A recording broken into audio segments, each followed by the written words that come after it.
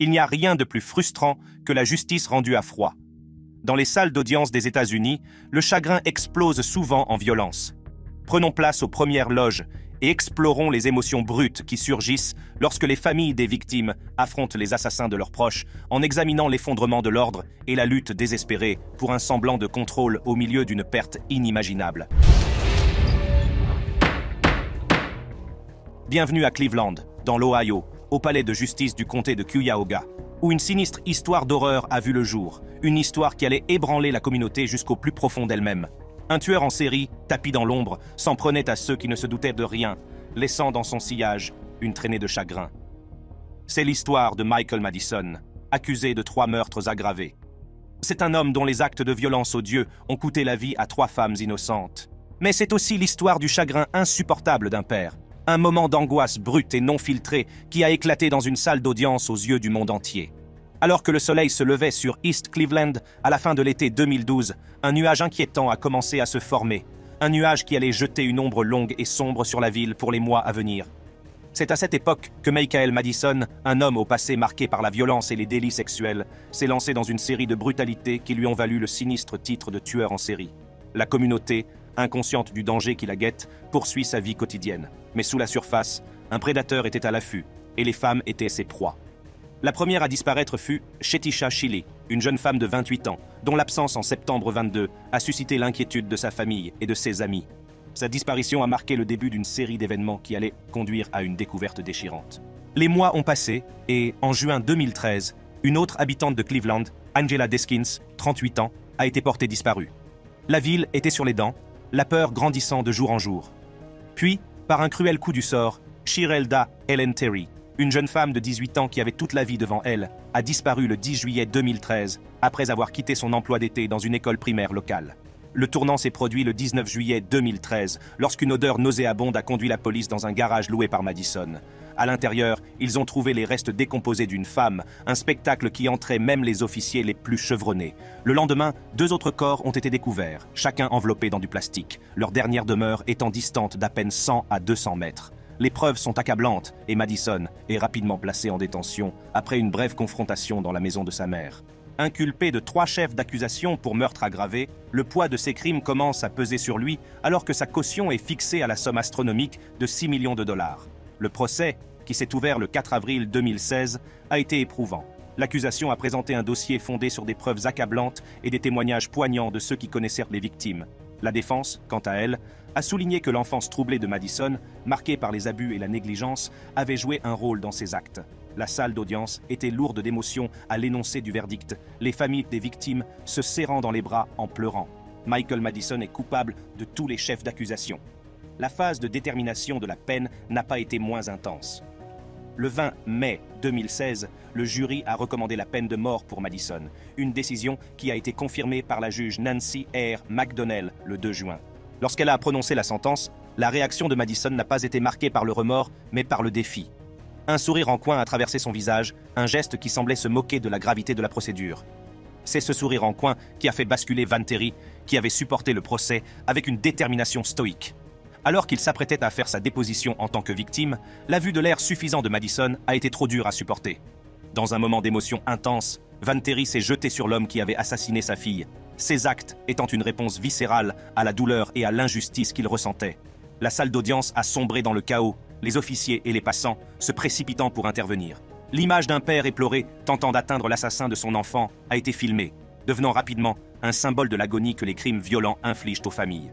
Ce moment, bien que choquant, était une manifestation brute de la douleur qui s'était accumulée depuis la disparition de la première victime.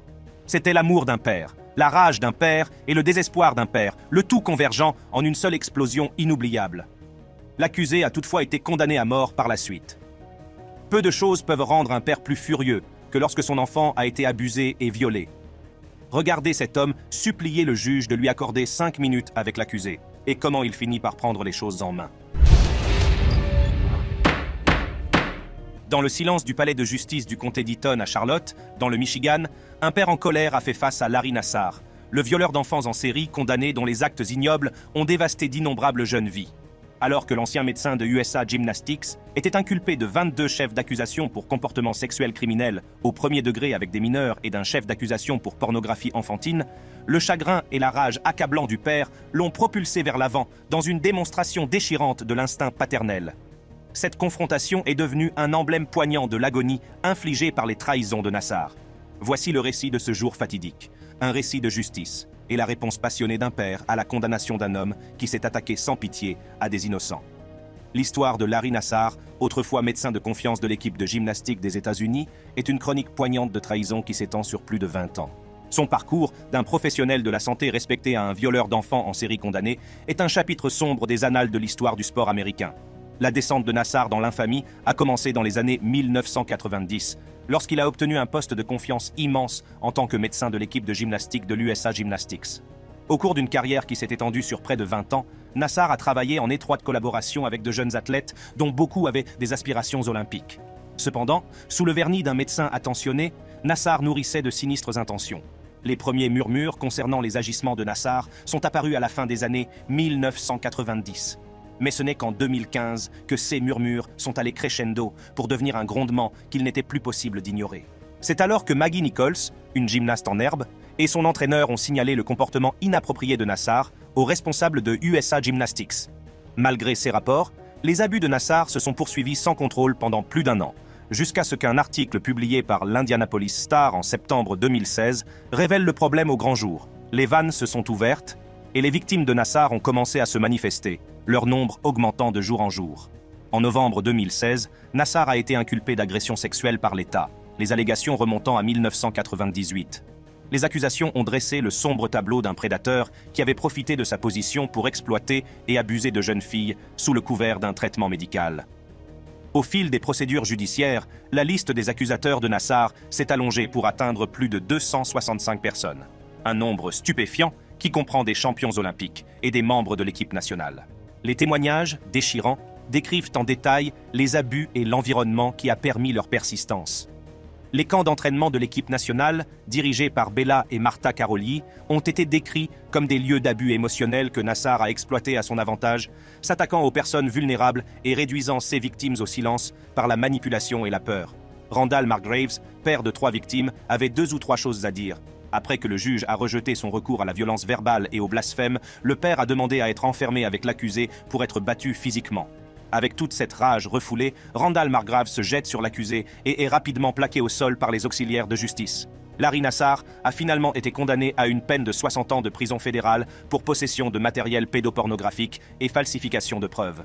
Cette peine n'était qu'un début, car il a dû faire face à d'autres accusations devant les tribunaux de l'État du Michigan.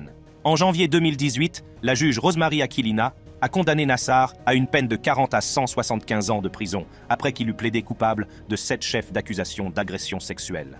La puissante déclaration que la juge Aquilina a faite à Nassar lors de la détermination de la peine a trouvé un écho chez de nombreuses personnes, car elle a affirmé qu'il n'aurait plus jamais l'occasion de s'en prendre à des enfants. L'affaire suivante est pleine de surprises. Le fils de l'accusé se lève spontanément, fait un tour complet de la rambarde et donne un coup de poing parfait à l'homme qui a tué sa mère. Dans la ville tranquille de Muskegon Heights, dans le Michigan, un crime effrayant a brisé le silence du petit matin le 19 mai 2019.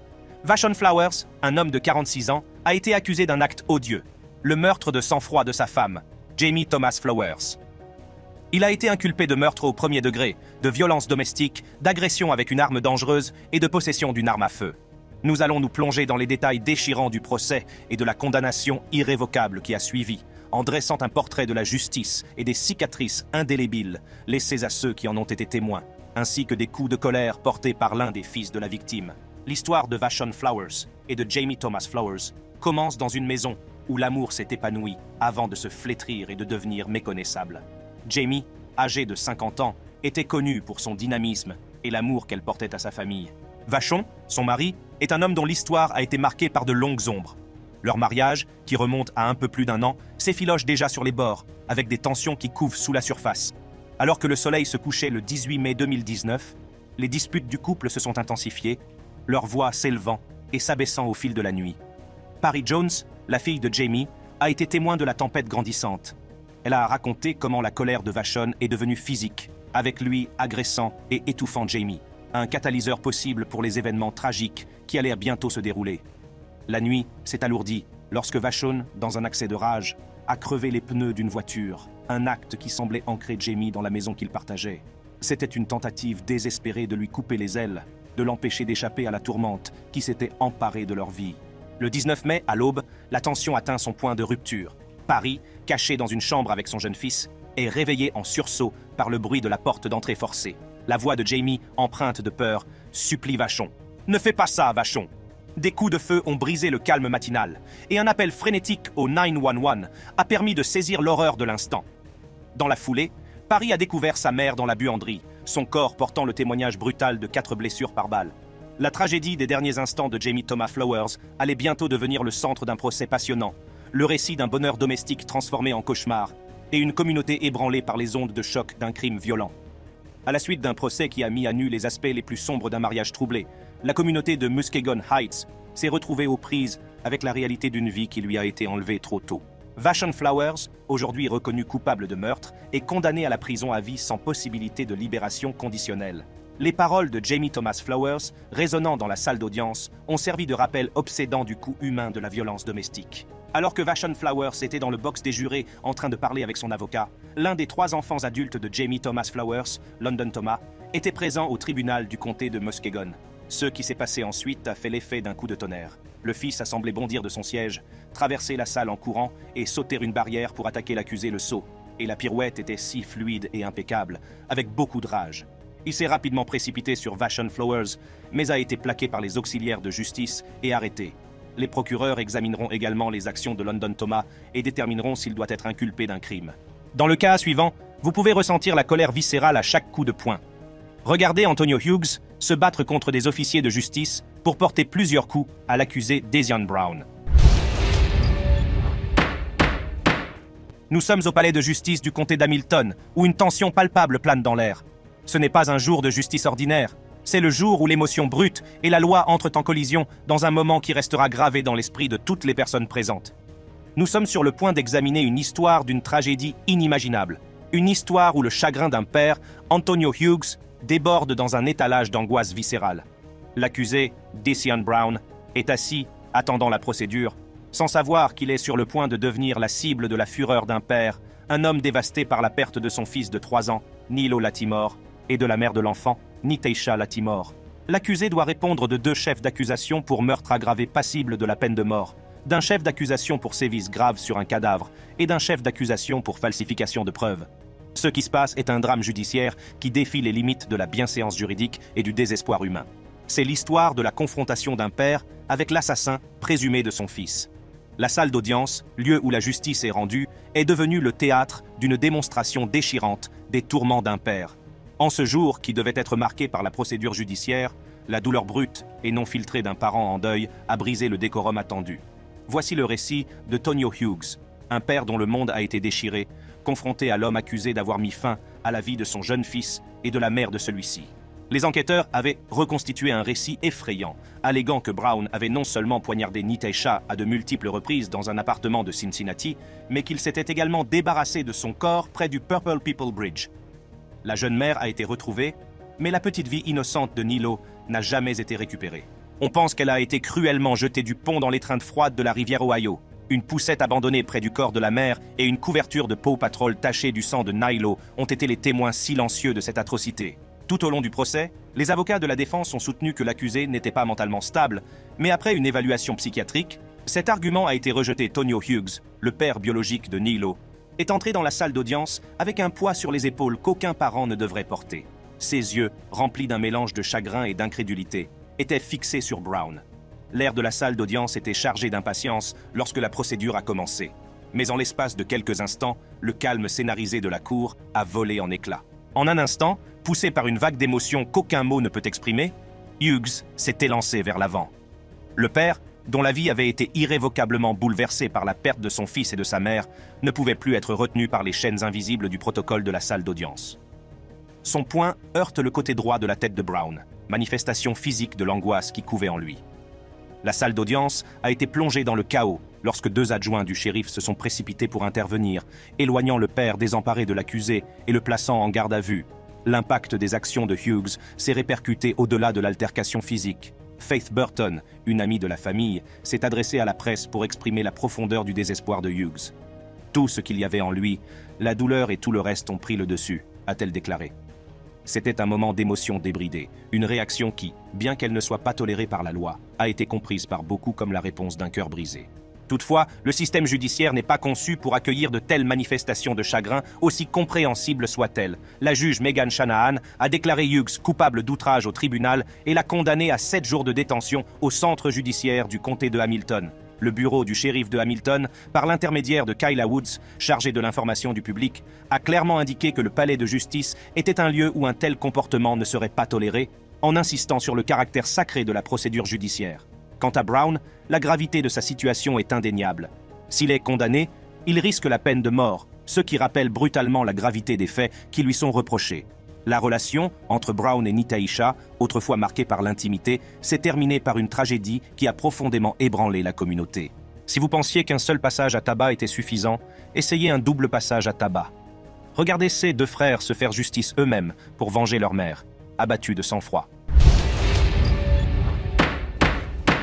Bienvenue au palais de justice du comté de Mahoning, où Dale Williams comparaît pour avoir abattu de sang-froid une femme, Elizabeth Pledger Stewart, dans une rue de Youngstown. Il a été inculpé de 2 chefs d'accusation de meurtre aggravés passibles de la peine de mort, d'un chef d'accusation de sévices graves sur un cadavre et d'un chef d'accusation de falsification de preuves. Cette histoire ne se limite pas à l'acte d'appuyer sur la gâchette. C'est un voyage éprouvant dans les couloirs de la justice, l'agonie de la perte et la quête de la vengeance. Rejoignez-nous pour plonger dans les détails de cette affaire poignante, où la vie, la mort et la justice s'entrecroisent. Un jour comme les autres au cœur de l'Ohio, la ville de Youngstown était sur le point d'être témoin d'un crime qui allait s'inscrire dans la mémoire collective de ses habitants. C'est l'histoire de Dale Williams Sr., un homme de 62 ans dont la vie était sur le point de prendre un tournant sombre dans les rues qu'il appelait autrefois son foyer. Elizabeth Pledger Stewart, une mère de 46 ans, était la victime sans méfiance de cette histoire tragique. Connue pour sa gentillesse et l'amour qu'elle portait à sa famille, Elizabeth a vu sa vie brutalement interrompue en ce jour fatidique. Le lien qu'elle partageait avec ses enfants était indéfectible, et son absence a laissé un vide qui ne pourra jamais être comblé. Les événements qui ont conduit au crime ont commencé à se dérouler sur Market Street, une artère qui traverse le cœur de Youngstown, une ville qui a connu son lot de difficultés et de résilience.